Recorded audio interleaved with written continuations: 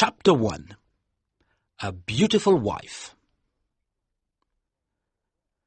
I cannot remember how, when, or where I met Ligeia. It was a long time ago, and my memory is not good. But I think I met her first in a large old city near the Rhine in Germany. She told me that she came from an ancient family. But I never knew the family name of the woman who was my friend, my partner in my studies, and finally my wife. Why did I never discover her family name? Perhaps because she did not want me to find out. But I cannot remember. I remember one thing very well.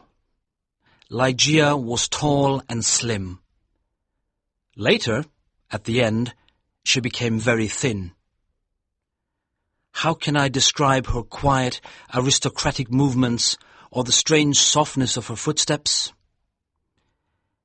If she came into my office, I only knew she was there when I heard her voice, or when she put her white hand on my shoulder. She had a beautiful face, but it was not a classical kind of beauty.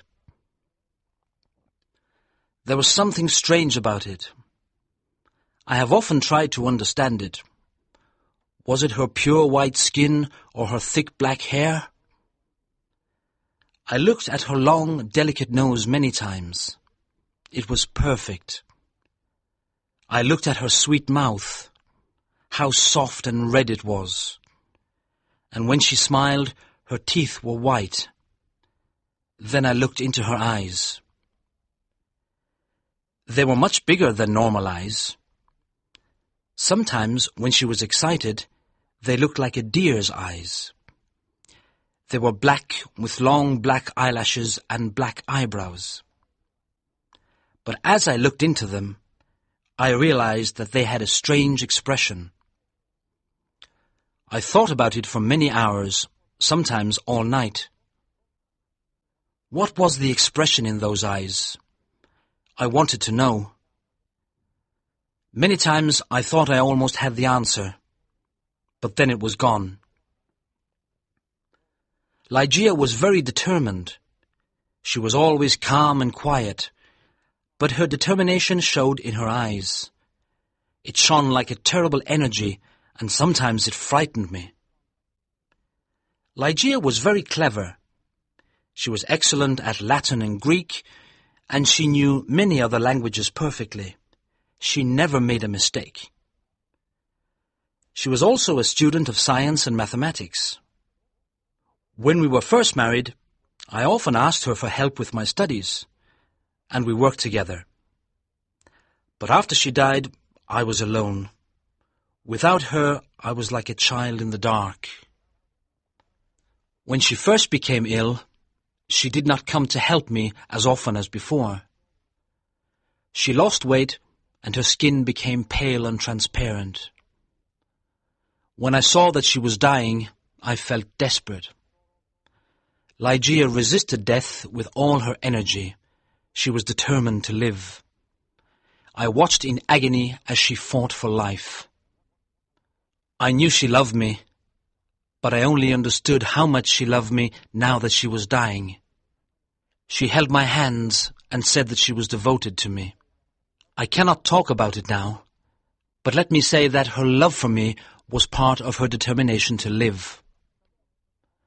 On the night she died, she suddenly got out of bed and cried, "Oh God, must I die?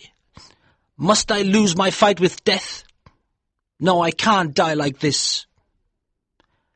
But my dear Ligeia died.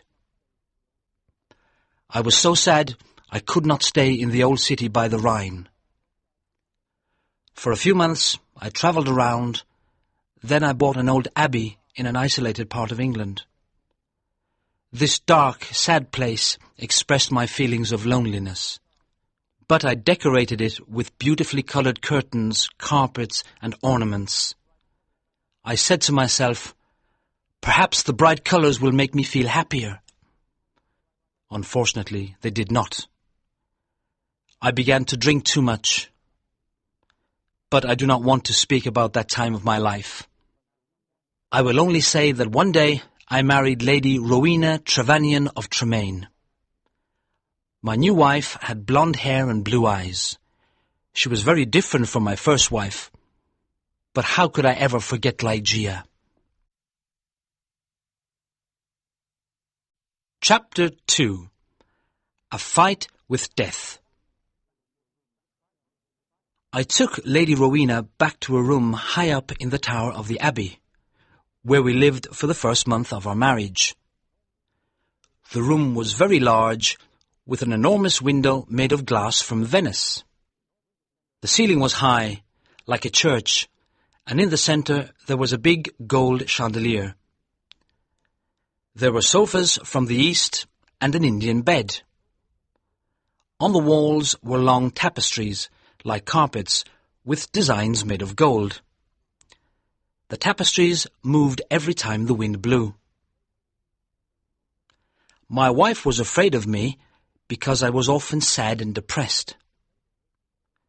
She did not love me much and stayed away from me, but I preferred this. I always thought about Ligeia, my beautiful Ligeia, dead in the tomb. Sometimes in my dreams I called to her in the night. I imagined that perhaps my love for her could bring her back to me. At the beginning of the second month, Lady Rowena became ill. She did not sleep very well, and told me she could hear sounds and movements in the tower. "You have a fever," I said. "You're imagining things."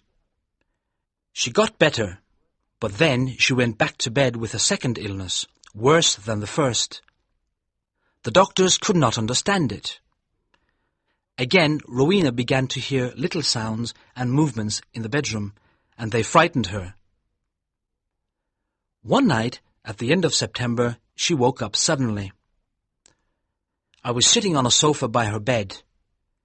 She whispered to me that she could hear sounds and see movements, and there was a frightened expression on her thin face. But I saw and heard nothing. "It's the wind," I explained. "You can see the tapestries moving in the wind." But her face was white with fear, and she nearly fainted. I remembered that there was some wine on the table on the other side of the room.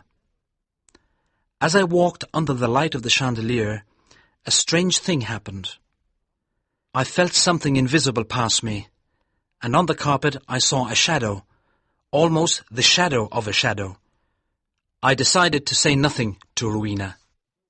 I poured out a glass of wine and gave it to her. Then I sat on the sofa and watched her. After some moments, I heard very quiet footsteps on the carpet coming towards the bed. A second later, as Rowena was about to drink the wine, I saw, or perhaps I dreamed that I saw, 3 or 4 large drops of a bright red liquid fall into the glass. Rowena did not see it. She drank the wine, and I said nothing because I thought it was only my imagination. After this, Rowena's health got much worse, and on the third night she died. Her servants prepared her for the tomb, then covered her with a sheet.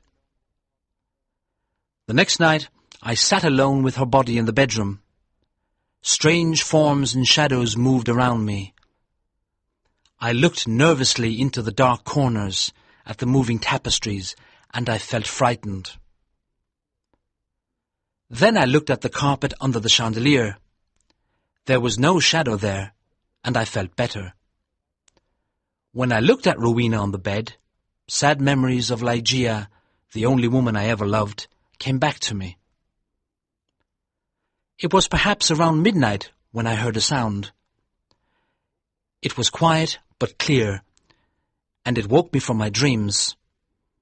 I thought it came from the bed. I listened in terror, but I did not hear it again. I looked carefully at Rowena for any sign of life. She was not moving, but I continued to look at her. Minutes passed. Then I noticed a little colour in Rowena's face. My heart stopped in horror. I could not move. When I understood that Rowena was not dead, I tried to revive her. But soon the colour disappeared from her cheeks. Her face looked like marble again, and her lips were thin with the horrible expression of death. When her body was cold and rigid, I fell onto the sofa and dreamed about Ligeia. An hour later, I heard the same sound as before. I listened. Yes, there it was again, a sigh from the bed. I ran over and saw clearly that her lips were trembling. Then they opened, showing her bright teeth. I thought I was going mad. There was a pink colour on her cheeks and neck. Her body was getting warm again, and her heart was beating a little. Lady Rowena was alive. I did everything I could to revive her. Then, suddenly, her colour disappeared. Her heart stopped, and her body became cold and rigid. I sat down and began to think about Ligeia again. Then again, for the third time, there was a sound from the bed. But why must I describe the horrors of that night? Again, I tried to revive Rowena, and then a fourth time. Each time, she seemed to fight with an invisible force. And each time, her body changed. I cannot say how, but she looked different. It was nearly dawn when she moved again. I was sitting on the sofa, exhausted, but Rowena's body moved with more energy than before. Her colour returned, signs of life changed her face. Her eyes were closed, but she looked alive. Then she suddenly got out of bed and walked slowly to the centre of the room, like she was walking in her sleep. I did not tremble. I did not move. I was as cold and still as stone, paralysed by what I saw. As I looked at her, my head filled with wild thoughts. Was Rowena really alive? Could I really see her blonde hair and blue eyes? Why wasn't I certain? I could not see her mouth very well, but her cheeks were like pink roses. Weren't they Rowena's cheeks? But wasn't she taller than before? I was filled with a kind of madness. I ran to her, but she moved away.